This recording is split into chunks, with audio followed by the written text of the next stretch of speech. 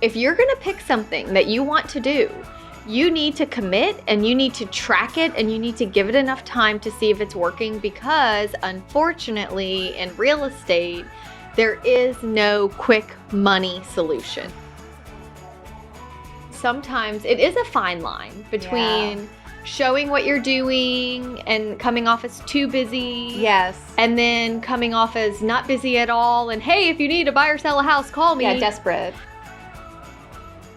Just because you saw someone else in your market on the park bench or the billboard or the magazine ad, how do you know it even works? Just doing what someone else did without any idea what the results are going to be is crazy. And that's all that it said. It wasn't even like a huge push, but Right. it got a really tremendous response. Because people then know that you're actively looking for business. Hi, y'all. Welcome to Hustle Humbly. We're Alyssa and Katie, two active realtors in the Baton Rouge market. We work for two different companies where we should be competitors, but we have chosen community over competition. The goal of our podcast is to encourage you to find your own way in business. So stop comparing yourself and start embracing your strengths. Hi, Alyssa. Hey, Katie. Welcome to episode 365. All right. Check yourself before you wreck yourself. Wreck your business. We're doing a little accountability audit. Yes. This one's going to be really fun because we're going to do the audit together. Yeah.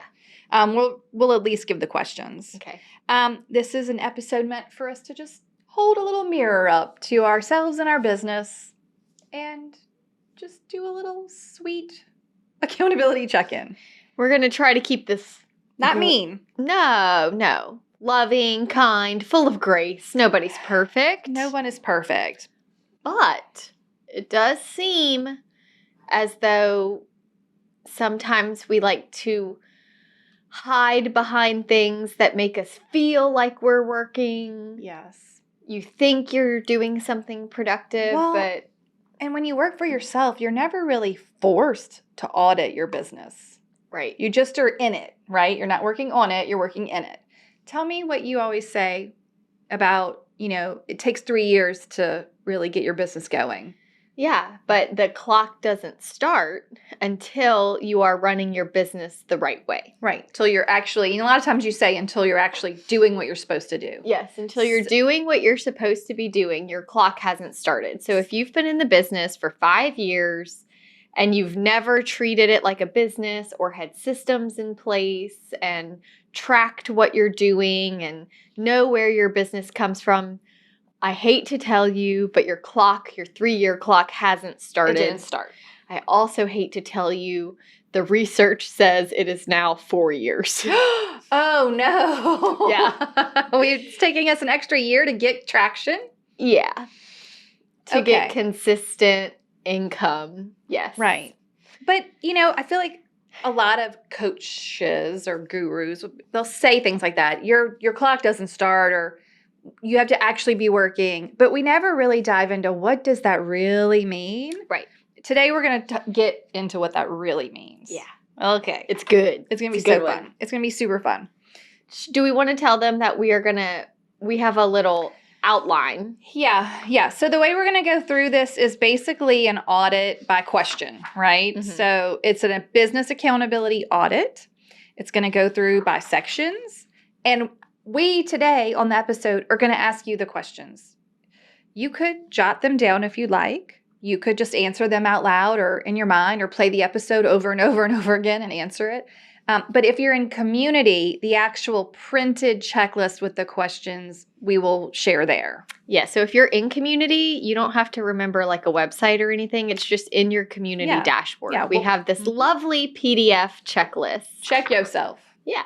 Before you know that song, right? No. Oh my God. I'm sorry. It's great. It's one of the greatest Ice Cube songs there is. Oh, okay. Check yourself before you wreck yourself. Okay? All right. Do we want to talk any before I start through the checklist on, maybe let's just go straight into it. Yeah. I think that's the way to go. Okay. Okay. Hi, community members. We made you something. The Check Yourself Accountability Checklist from today's episode is live in the community right now. Download it, print it, put it on your desk, and actually run through it. Every question we talked about today is in there, plus more. It is the kind of honest gut check your business has probably been needing for a while. And if you are not in the Hustle Humbly community yet, this is what you are missing.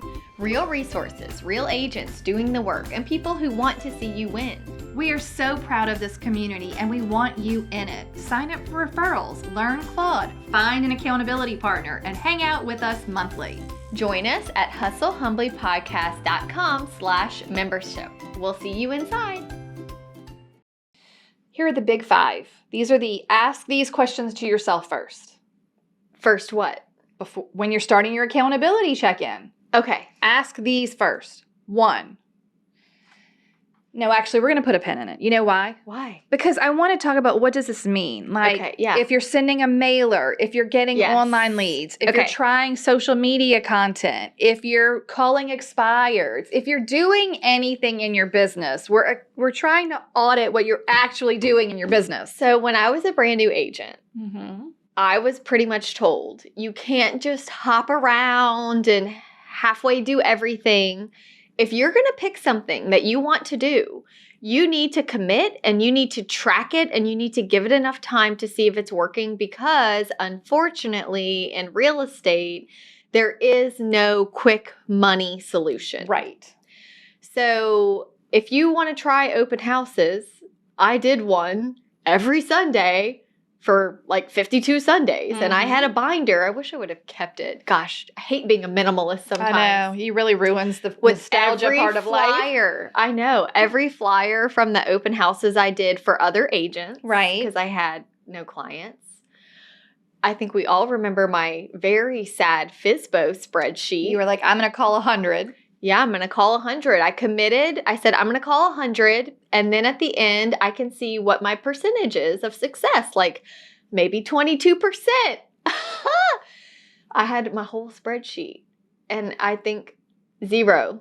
And you did commit to all 100. I did all 100. Right. So kudos to you and whoever taught you, Connie, I guess, that you actually, 1, have to track if you're going to try something new, and 2, give it a certain amount of time. Yeah. But the problem with real estate or any type of long game, if you're not going to see an immediate result. No. So you might have spent 2 weeks working on a database mailer or an email newsletter, and then you send it out and you don't immediately have a closing or a client. You know what I mean? Like you're building. It would be the equivalent if you started a new health routine on Monday. Mm-hmm. And you were like, my goal is to, lose 5 pounds and get some more muscle tone and whatever your goal was. And then by the end of week 1, you lose 1 pound. You're like, great, I'm on the right track. And you keep going. This is the equivalent of being like, well, I didn't lose any weight. Right. Pitch it. Right. I'm not doing this anymore. Yes. Week 1 was a failure and I'm out. Now I'm never working out again. Never. Because that doesn't work. It doesn't work. Right? It's like you don't know if it doesn't work unless you give it enough time. You have to give it enough time. And you have to track it. Right. I will say, making all those phone calls, I can honestly say I never had a closing from it. I got really good at talking to strangers. I got really good at rejection. Which is important. Yeah, it had some benefits, just not financial ones. Mm-hmm. Yeah. So this checklist is going to help us find our gaps. Yes, and as always, y'all are in our inbox telling us what you're struggling with. Mm-hmm. And sometimes we get messages where they're saying, I have mailed my whole neighborhood and I have written all these letters and no one responded. And I'm, working so hard. And it's like, what was your plan after they got that piece of mail that they threw in the garbage? Then what? Right. Then what happens? Right. And that is what today is about. Yeah. Okay, now we can dive into our questions. Yeah. Are you ready? So are these questions you ask yourself? I think you should probably ask yourself these questions, especially if you're feeling down in your business production. If you are trying to come up with an idea, like I see people say, I'm going to go door knock. I'm going to do open houses. I'm going to do a mailer. I'm going to do a social media campaign. And now you're saying, I did that all and nothing happened. Mm-hmm. Let's ask ourselves these questions. We're going to ask these first. Number 1, did I actually do the thing? Or did I just talk about doing the thing? Or I would add to this, did I just learn about doing the thing? Mm-hmm. So I did a bunch of prep.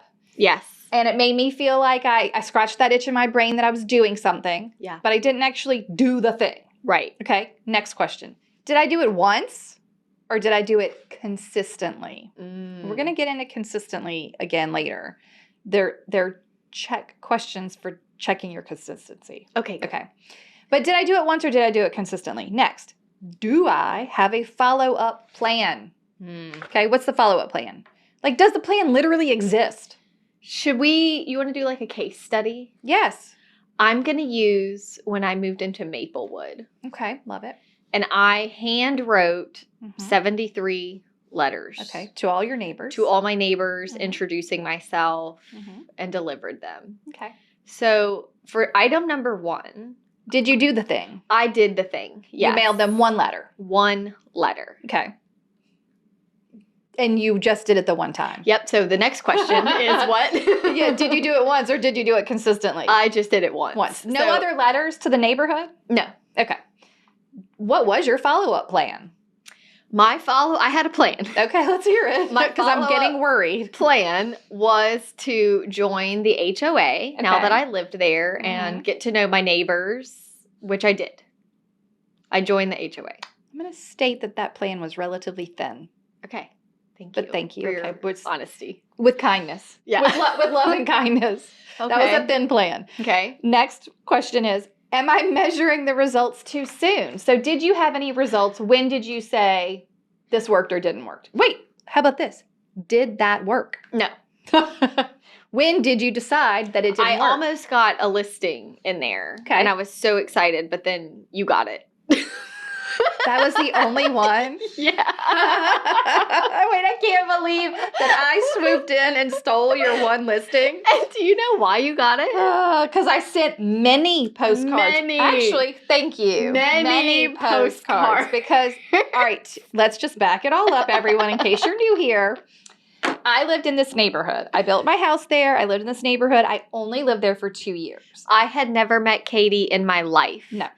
I think you had just moved out When you moved in. when I probably. moved into the neighborhood. Yes, the lot that you lived on, the house you lived in, we almost built on that lot. It was a great lot And with then those we- oak trees. Yeah, it was nice. But then we opted for a bigger one across the street. Doesn't matter. While I was living there, I was farming my neighborhood by sending postcards about like market updates. I think I might have had a listing or 2, or just for a while I would just send like a market update. Like a and then monthly, this is, via active- postcard to all of my neighbors. yes. To those 73 people you wrote one letter to, Yes. I sent multiple postcards. yes. So the people who also got your mail, I guess, Mhm. had saved my postcard. Yes. At least one of them. They did. Saved it, y'all. I know you think they throw them all in the trash. These people saved one. And when they interviewed agents, to be fair, I didn't sell them their house. They interviewed that agent. And then they interviewed you from Yes. your mailer, I guess, Yes. or seeing you in the neighborhood. Mhm. And they interviewed me. I was no longer in the neighborhood, but they had these postcards. Yes. Okay. And ultimately, they hired me. Yes, they did. I don't really know why, though. It doesn't matter. We're moving on. Look, we've all gotten past it, okay? Have we? There's no animosity here, right? Right? I guess I just need to go listen to last week's episode on Okay. You Win Some, You Lose Some. You win some, you lose some. You know, maybe if you'd sent 2 letters. I mean, it has been 10 years. I guess I'm over Been a it. minute. Okay. So am I measuring the results too soon? Okay. And did I tell people what I do and how I can help? So, like, what did your letter say? It just said, hey, my name's Alyssa. I'm new to the neighborhood. I'm so excited. I would love to meet my neighbors. I'm also in real estate. So if you have any questions about the market, I'd love to help you. Here's my business card, which has my contact information on it. I'd love to connect. If you see me walking my dog, say hi. Okay, good news. Question 1, you did do the thing. Okay. Question 2, you did not. You failed on question 2. You only did it once. Yeah. You did have a follow-up plan, albeit thin, but I'll give you a yes for that. You might have measured results too soon. I don't know when you measured them. I think that I kept waiting for results to be measured, but nothing ever There were no results happened. to measure. Yeah, nothing ever happened. And then you did tell people what you do and how you can help. So 3 out of 5 is not bad. yeah. It wasn't a total loss. No. Okay, but we see where you went wrong. Yeah. So after I wrote the letter, what do you think would have been good? Well, I think you probably needed a second, third, fourth letter or postcard or some other mail. I think part of consistency is doing the same type of. Yes. Now, you could have also gone in the Facebook group for the HOA and, just been really helpful with people needing stuff or sharing your pressure washer or doing something that, valuable, was useful for your neighbors. Obviously, I know you walked around with your dog after that and talked to whoever you saw. I did get one. Oh, thank God. I did get one. Yeah. Phew. All right, good. And we closed. Okay. All right. I'm feeling so much better. Yeah. Okay. So I think that would have helped. Yeah. If you had some other plan, or even if you were like, now I'm gonna go get the paper shredder truck and I'm gonna pay for it and let the whole neighborhood use it, or you did the coat collection. Yeah. Wasn't that neighborhood? Not that neighborhood. No, okay. Not that neighborhood. Well, all right. Point being, you could have done some other things in that community. For sure. Okay. I definitely could have done better in that neighborhood. All right. Now let's audit the general category, marketing activities. Yeah. Okay, I think ready? this is where a lot of people get sucked in. Yeah. Did I do this activity more than once or just once and wait?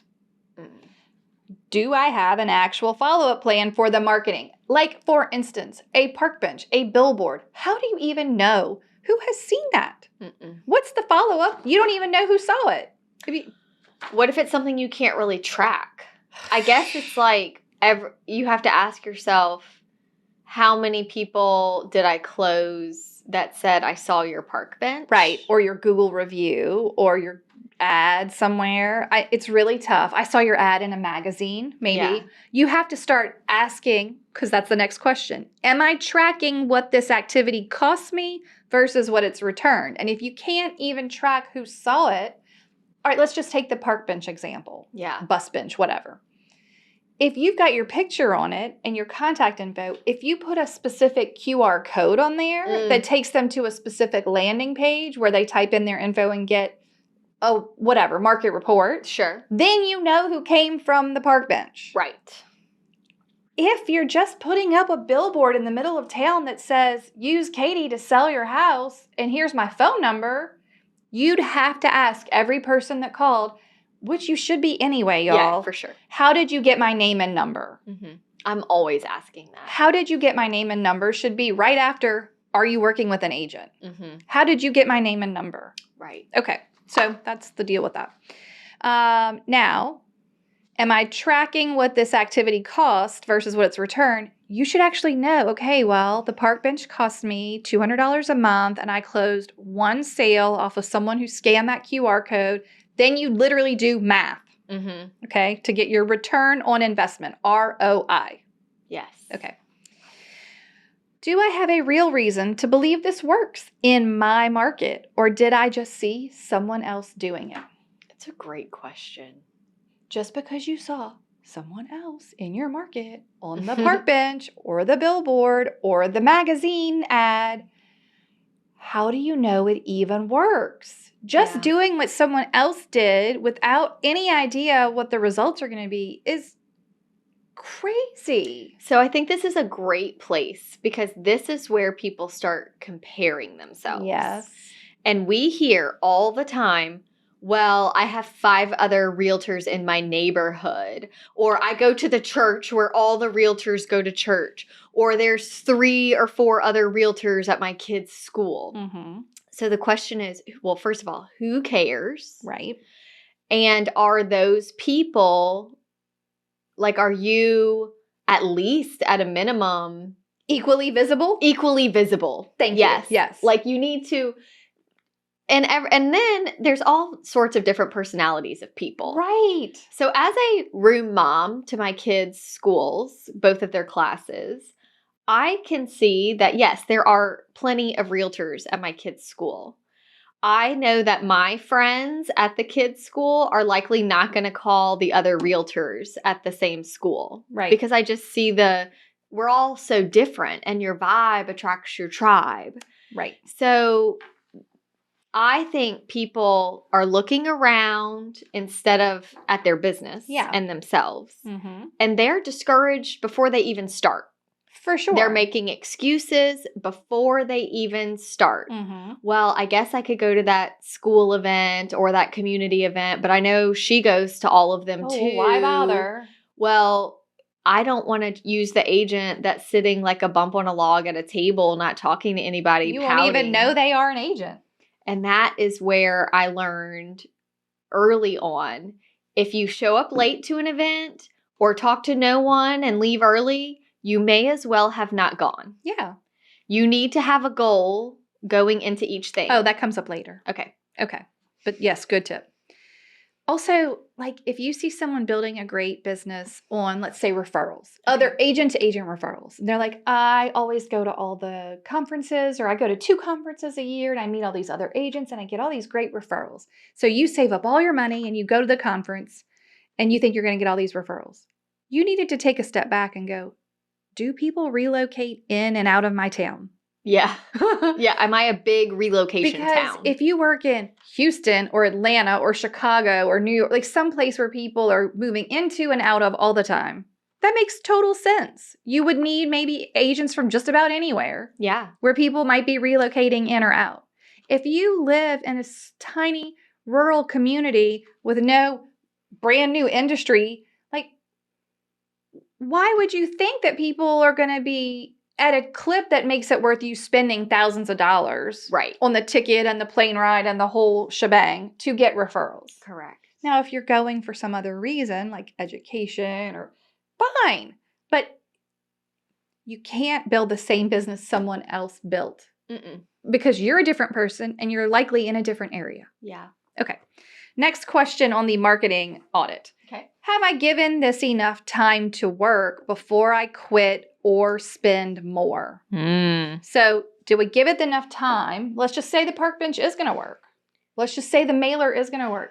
Did I wait long enough to actually, even all of the postcards I had that turned, and I had quite a few, it wasn't the first postcard I sent to that neighborhood. Maybe it was the 4th. And it wasn't the minute after I sent it. No. Someone held onto it for a second. Like one lady, I listed her house. She held onto it because it got mailed to her mother's house and her mother was moving to assisted living. And so she called once she was out. It wasn't the moment the postcard dropped in the mailbox. Oh, you're right. I would like to sell my house. I'll call you straight away. So you have to give it time. Yeah. And then the last question under marketing is, am I expecting a result from one postcard, one post, or one event? Like, am I expecting a result from just doing this one time? I think we all know the answer to this question. If you are, that's probably setting yourself up for failure. I remember when I was serving on our board of directors and I was serving for Louisiana Realtors. Okay. And I was going to a lot of meetings and conferences like around Louisiana outside of our market. Okay. And I wanted to be really intentional and I wrote so many letters. Like when you go to a conference, you usually get a list of attendees or who the speakers were or who the head people are. And I would write them all letters, thanking them for a great conference, like letters everywhere. Okay. And my realtor referral business was insane. I'm not complaining at all. But that is when I realized I am putting my effort into business where I am paying a generous referral fee. Yeah, you're only getting, let's say, 75% of what you would have gotten for a lead that came from social media. Yes, which is fine, except my business became very heavy. Right. With that. And I thought, I have my database, that if I nurtured my database as well as I nurtured these other realtors, then I could make more money doing less work. Yes. And so I did. And around the same time, I was dropping off some of my committees I was serving on because I was about to have Haven. Yeah. So I sort of let that take a backseat, and then I just focused on my database. And a year later, I was like, oh my gosh, look at this. Because what you focus on grows. Yes. Okay, great news. The next set of audit questions are for database and relationships. Oh, good. Perfect timing. All right, when is the last time I actually talked to, not just emailed or texted, someone in my database? In person, on the phone. When's that last time I talked to someone? Do I know who in my database is most likely to buy, sell, or refer in the next 6 months? How would you know? Buy or sell, I could maybe guess based on how long they've been somewhere, if they've had a major life event. Like if you're keeping up with these people, they just had a new baby and they're in a small house, perhaps. I don't know how you would anticipate someone is going to refer in the next 6 months. Yeah. But you could always be reminding them that you're here.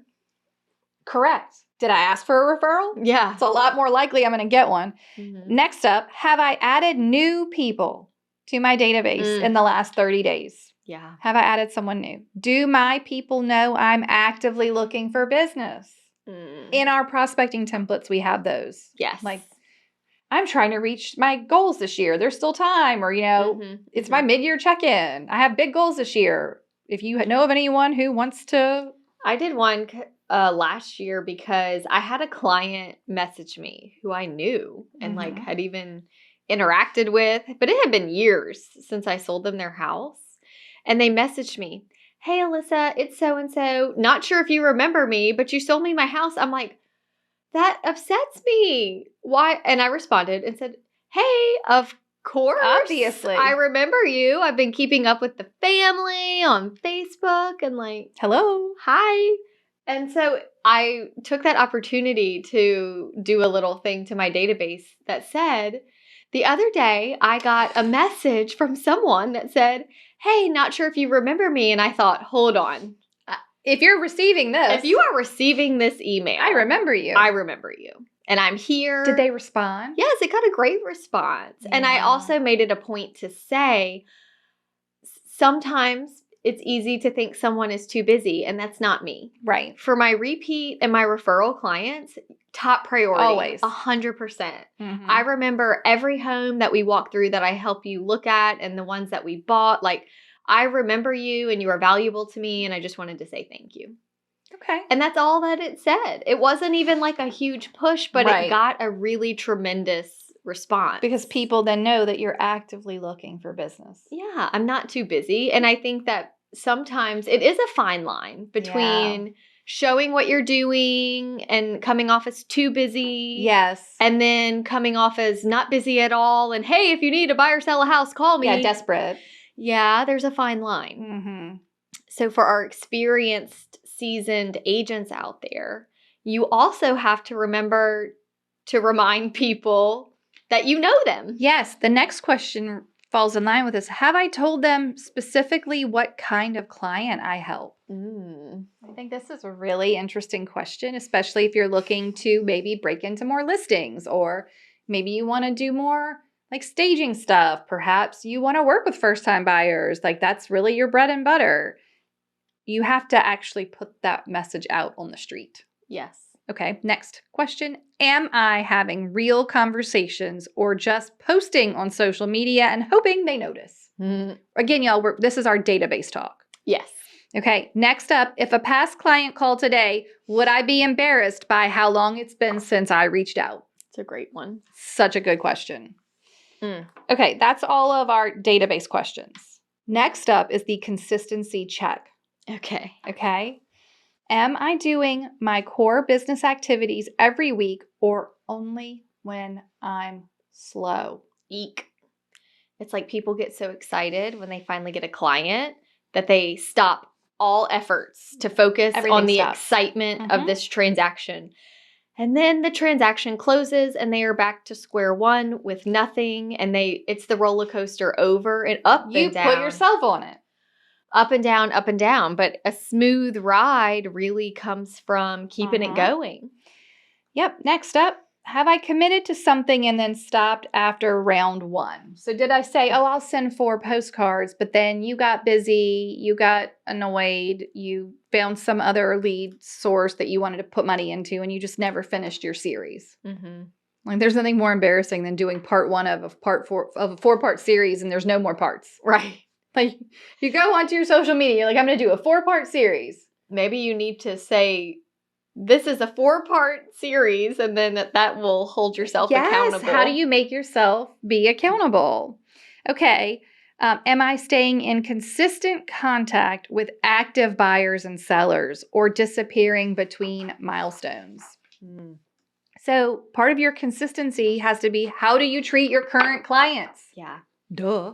Mm-hmm. Lastly, am I recognizable in the areas I'm trying to serve, or am I just a random postcard? Mm.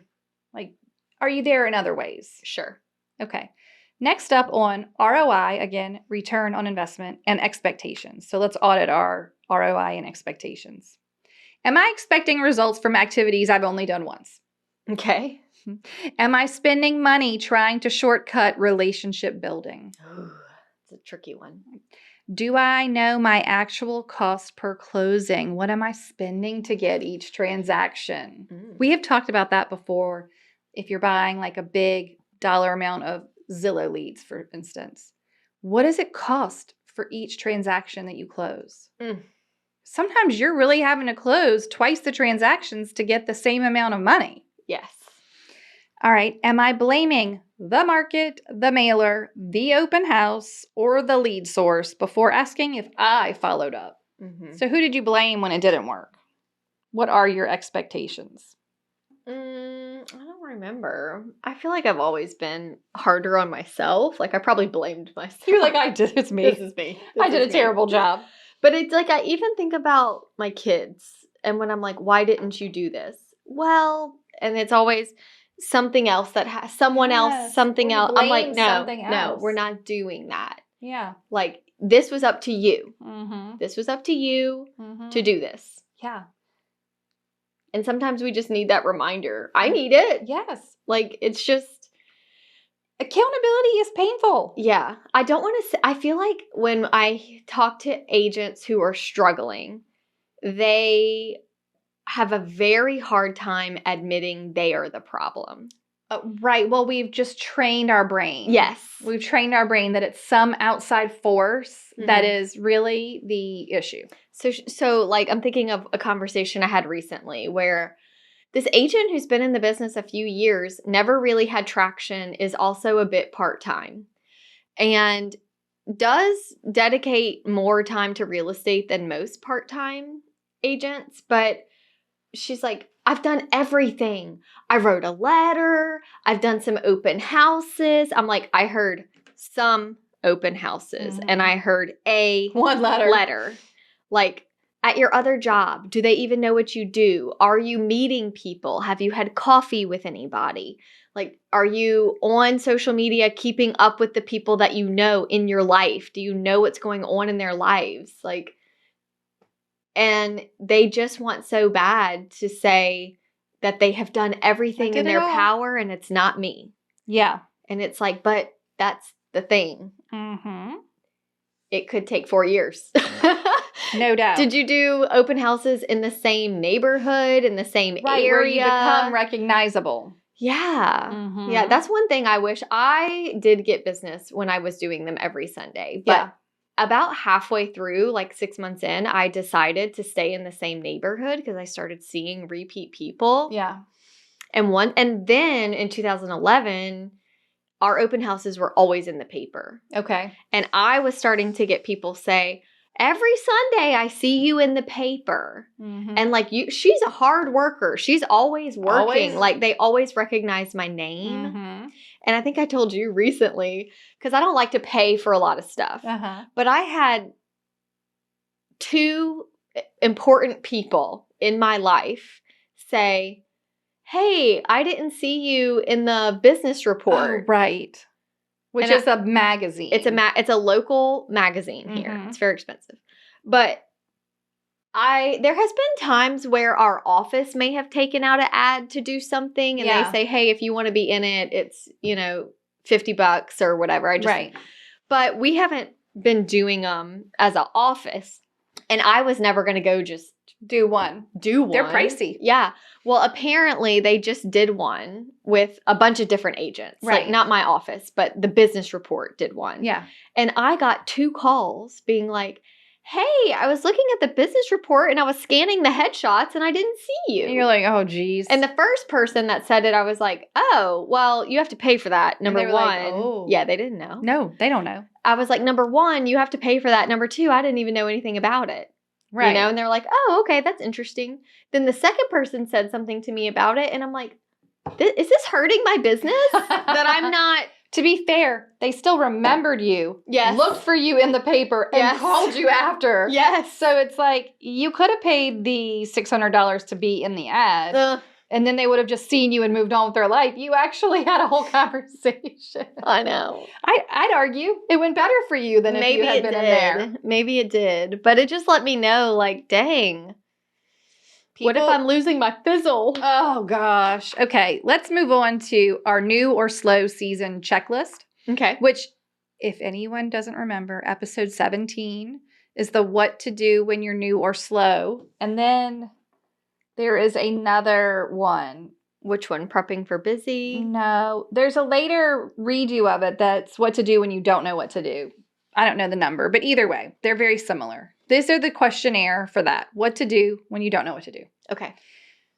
Ask yourself, have I reached out to 5 people I haven't talked to in 90 plus days this week? Ooh, 5 is not a lot. Nope. It's not 2 hours of calling every Tuesday morning. Mm-mm.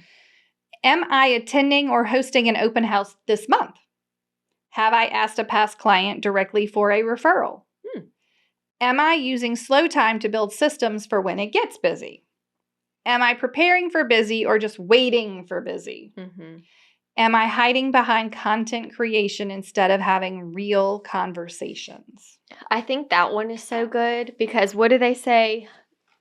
Preparation is the highest form of procrastination. Exactly.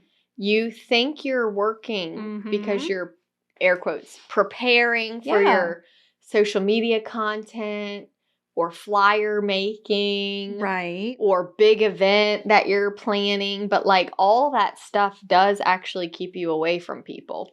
Exactly. And only the people buy houses.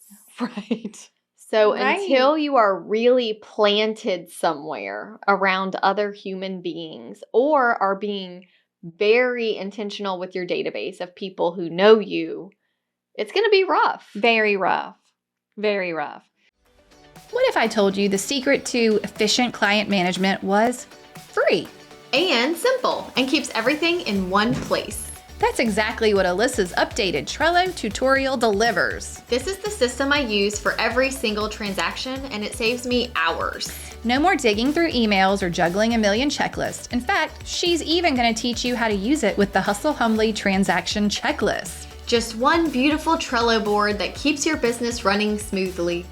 Grab the tutorial now at hustlehumblypodcast.com/Trello.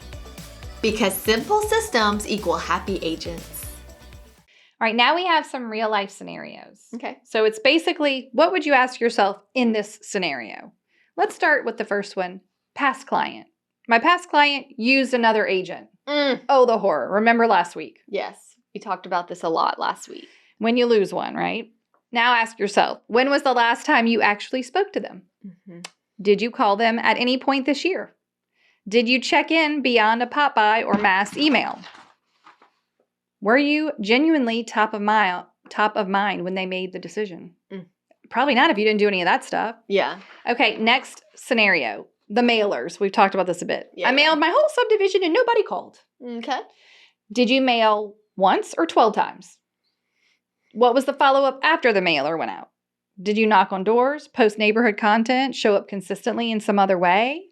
Did you become recognizable, or were you a random postcard? I crack up when my parents we live in the same neighborhood, they get postcards from realtors all the time. I don't typically, maybe they look and know. But when I look at them, I'm like, these people don't live here. Nothing about this postcard makes you feel like they were experts on this neighborhood. Yeah. It's just junk mail. Yes. Okay, next situation. from your sphere. I never get referrals from my sphere. Mm. Ask yourself, do people actually know that you're looking for business? Yeah. Have you told them specifically what kind of business you're looking for? Like, who are the clients that you help?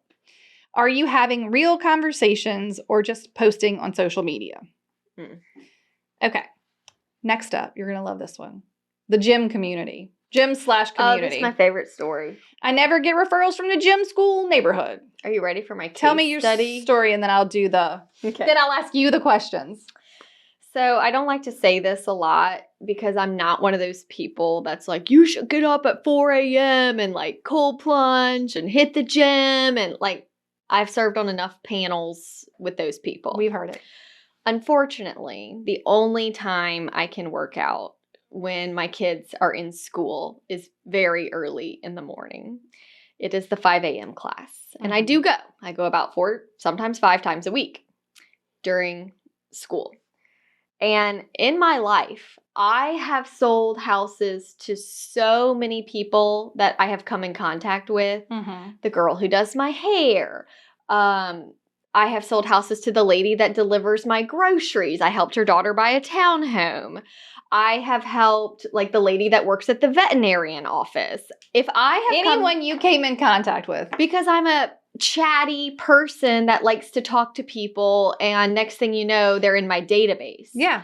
I have been going to the gym, The same gym. This gym I started when Tate was born. Okay. Tate is 5.5. So for 5.5 years, I have been going to this gym. I just hit my 700th workout. 700 classes.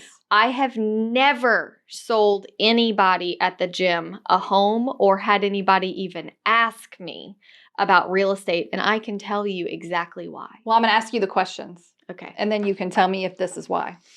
Question number 1. Do you talk to anyone there? Nope. I am not a morning person.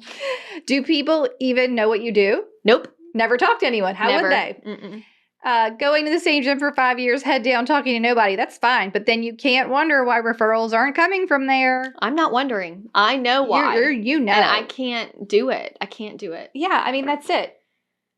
And that's a good point.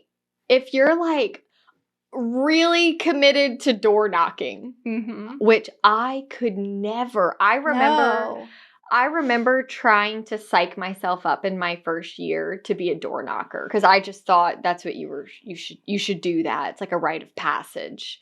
And I thought you're not successful because you haven't done this, because you're letting fear get in the way and you're not stepping out of you never grow in your comfort really zone. got to you. The gurus got me. And then one day, as I was like really down on myself for not door knocking, I thought, I know why I can't do this. It's because I would never want someone to knock on my door. No, you would dive to the ground and I would slither like a snake. I would pretend like I wasn't home because I don't want a stranger knocking on my door. No doubt. So it's like, that's a great question also. It's like, is this even your thing? Or do you feel like you're doing it because you think that's what you should be doing? Yeah, for sure. All right, last one on our scenarios. Marketing spend. I spent money on X marketing and it didn't work. Here's your questions. What was your plan beyond the spend? What was your strategy? Did you follow up with anyone who did engage with what you did? And how many times did you show up before you decided it wasn't working?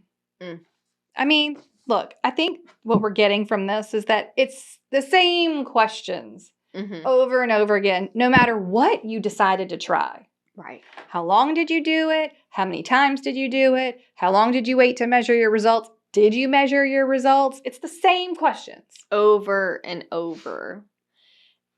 And I think they're really good because I like that these questions ask you about yourself. Yeah. What did you do beyond that? What was your plan after that? How many times?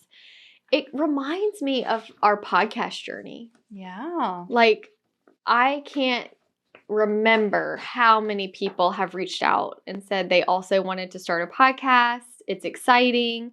They squeak out 1 or 2 episodes and then they realize how hard it is and time consuming it is, and then it's gone. Yeah.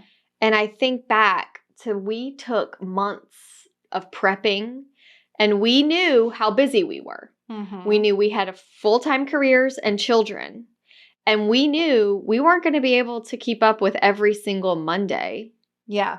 without planning ahead. A plan. We had to have a plan. And the day that we released the first episode of Hustle Humbly, I think we had 6 or 7 already done. I mean, yeah.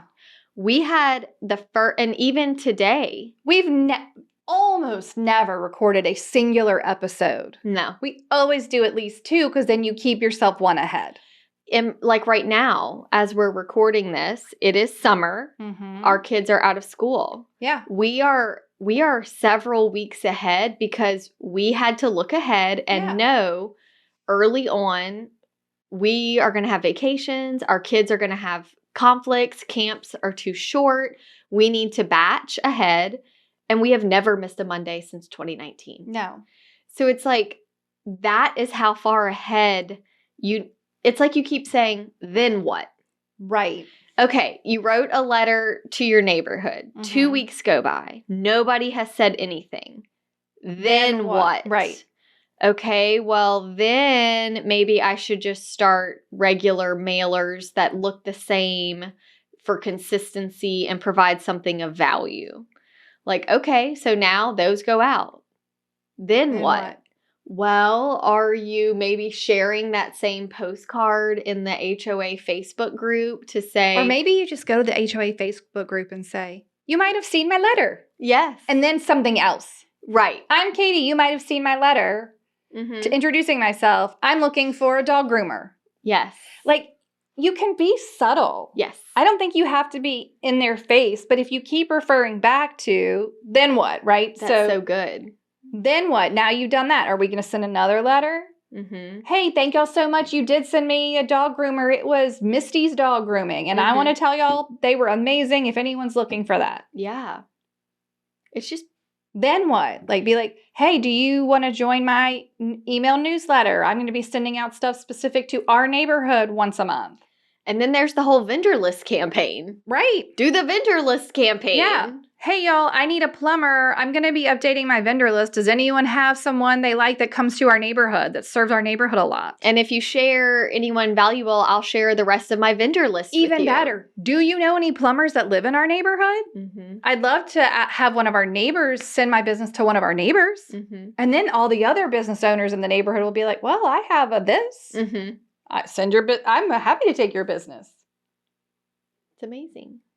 It reminds me of when they tell you're trying to like answer a question or solve a problem, like you keep going like 4 deep. Mm-hmm. Like that's Then what? Then what? And it's funny because this isn't even real estate related, but I'm in my HOA neighborhood for the neighborhood behind me where my rental property is. Okay. And I saw someone post, hey guys, my lawnmower broke. I'm saving, but I'm trying to get a new mower. Does anybody have a lawn guy that I could just pay for a one-time cut? I don't want to get a HOA fine. And then 2 days later, he posted, I just wanted to thank so-and-so who lives at this house who came and cut my grass for free. And this guy wasn't it. This was not business related. No, they were just being neighborly. They were just being neighborly. And I would like to thank all of the other people who offered to do it as well. Yeah. And I just can't believe the response I got from this. Yeah. Like, we need to be those people out there forming relationships, not looking at people as, you're only good for me for the money. Like, if you focus on the relationship and not the transaction, number one, it will, like last week, all we talked about was no matter what happens in the transaction or the business, do not burn the bridge and lose the relationship. Right. Same thing with your marketing. You should enjoy it. It should feel natural to you. It should be your vibe. Yeah. And that is how you connect with people. And then people need housing. I think I'm almost having trouble verbalizing this episode because it's so simple. I think you've done a great job. Like, it's not rocket science, but people love to complicate it. And I think we love to ignore it. Yeah. I mean, we are all guilty of it. And again, we're not here to like shame you or No. make you feel bad. It's more like we all go through this where we're like, I know what I should be doing, or maybe I'm not even stopping to think about what I should be doing. I just keep chasing after what I see someone else doing. Yes. Right? Yeah. And I don't stop and think about, okay, well, what's it costing? How much time is it going to take? What am I expecting the response to be? When will I decide if it's a success or not? Like, when do I stop spending the money? I can't tell you how many times someone's come to us and said, well, I was paying like thousands of dollars for a coach and it never worked out. And I just kept feeling like it's the sunk cost fallacy. Like, well, I've spent so much money so far. Maybe I should keep spending it. But you're like, you do have to have a point where you're like, this is not working. But that point can't be after one. What's the analogy of like the longer you sit on the train going in the wrong direction, the longer it takes to get back? Yes. But it's a fine line between what you committed to doing. Right. And what if you knew you hated it immediately? Yeah, I think it's just like you have to also, that's all self-awareness, right? It's all self-awareness. I think we're all self-aware enough to know I'm not really checking behind myself on this. I said I was going to do something. I only did it halfway. I know I'm not being consistent. There is a difference. I remember I had taken the ABR designation. Okay. And I was real into designations. This was like 2012. I'm just a sponge at this point, taking in all the training and knowledge. And I learned that there was a designation. I can't even remember what it was, but it was basically to help elderly people. And I just, in my head, I thought, it scratched the itch. I think it's like an SRS. Yes, I was senior residential specialist. And I was like, this is it. This is going to be my answer to money and closing. Old people? Yes. I was like, I'm going to get this designation. And all the old people will flock to me. Yes. And then because I have this designation, they're going to come. They're going to come. If you build it, they will come. Right. Now, I spent a lot of time on this idea. Yeah. But I will be completely honest. I never executed anything. Did you do the class? I did. And then you're just like, I did the whole class, and I'm the whole time thinking this is going to be great. It's scratching my itch. Right. It's you making feel like me you're doing something. I genuinely felt like I was doing something. Seemed like a good idea at the time. It did. Wait, and it's not a bad idea. No. But it was a then what? Correct. And then what turned into when I realized how much work you would have to put into it to become that person, it was like, okay, because I actually was in a Facebook group for this designation. And I was like, okay, like, what do we do now, guys? Yeah. Like, how do we get the old people? And then it turned into, well, you need to be able to have information with attorneys that help with estate planning. And if the elderly person is going into a home, do you know how to help them make sure that they're even allowed to sell their house? Because there's a lot of stipulations where once you commit to a nursing home or assisted living, they can use the equity from your house to pay. It's all these things. And then I got freaked out. You're like, wait, I don't know. And I was like, I don't want to put somebody in financial harm. And then it was like, you can reach out to attorneys who handle successions and who handle estates. And you need to get to know all the estate sale people. And by the end of it, I was like, I think this would be really awesome for someone who knew nobody. Or who knew a lot of old people. I know. But it wasn't me because I was like 20. Right. What was your plan? The plan had some holes in it. It didn't work. I never followed through on any of it. But I genuinely, for like 3 weeks. You're like, this is it. I finally found it. This is the secret. For 3 weeks, I felt like I was working. Yeah. And then when I had to face the horrible reality that I had done nothing for 3 weeks. You were like, but I got this designation. And now I don't want to work with old people. Put those letters behind your name and just move on to the next thing. That is a great example. Yeah. Really good example.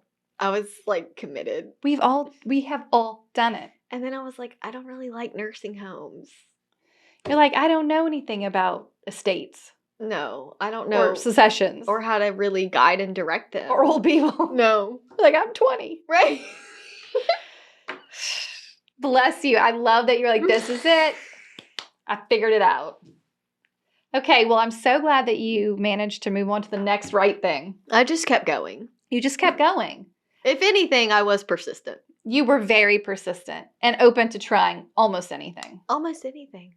I think that's all right. I think that's good. Do we want to share any of these other episodes that might be a good fit for listeners of this one? Maybe we can share some on the Instagram. Okay, that's fine. You know, because we have some really good episodes that can help you. We talked about episode 17 already, but 2 after that, episode 19 is all about consistency. Yes. And it's a really good one. So if you need to deep dive more this week, go re-listen to episode 17 and episode 19. Yeah.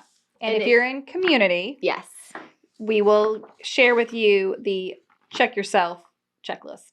What if they want to join community? Please do so at hustlehumblypodcast.com/membership. Membership. You will also get access to our very popular AI class. Woohoo! That people are loving. Yeah, it's been great. It's been so great. So I think that's it. You feel good? I have a toast. Oh, well, I can't wait to hear it. Okay. This toast is from Heather Evans in Texas. Okay. I have a toast to my sweet friend, Heather Chambliss, from Chambliss Real Estate in Center, Texas. Heather and I have been in the business about the same time, 9-ish years, and a couple years ago, we met when we were both taking classes to get our broker's license. We became friends and have supported each other through our own boutique brokerages. We are alike, but yet different enough that we can share ideas and have 2 different perspectives. Heather is truly the sweetest and always willing to help. I'm thankful for her support in this crazy business and for her constant cheering me on. We are in 2 very different markets. I'm in the Tyler, East Texas area, and Heather is more deep East Texas in Center, Shelby County area. Although we are not that far from one another, they are very different markets. My market is a little faster than hers, but she is always so positive and encouraging and wanting the best for me and my brokerage. Her agents and clients are so lucky to have her, and so am I. So my toast will be to raise a glass, a margarita specifically, to Heather Chambliss from Heather Evans. Oh, I love it. From one Heather to another Heather. Yes. So thank you, Heather, and cheers to Heather. Cheers to everybody. It's Heather's. Yes. I love it. Okay, bye. Bye, guys. Wait, before you go, if you enjoyed this episode and if we brought you value, take a minute to rate the show, leave a review, or drop a comment. We are giving away our best stuff for free. Find it at hustlehumblypodcast.com/freebies. We'd also love to see you in Hustle Humbly community. Join us there at hustlehumblypodcast.com/membership. We love chatting with you in our DMs. Find us on social media at Hustle Humbly Podcast and say hello. If you have an episode topic or someone you'd like to toast on the show, please email us at team@hustlehumblypodcast.com. Thank you so much for tuning in to the Hustle Humbly Podcast. See you next week.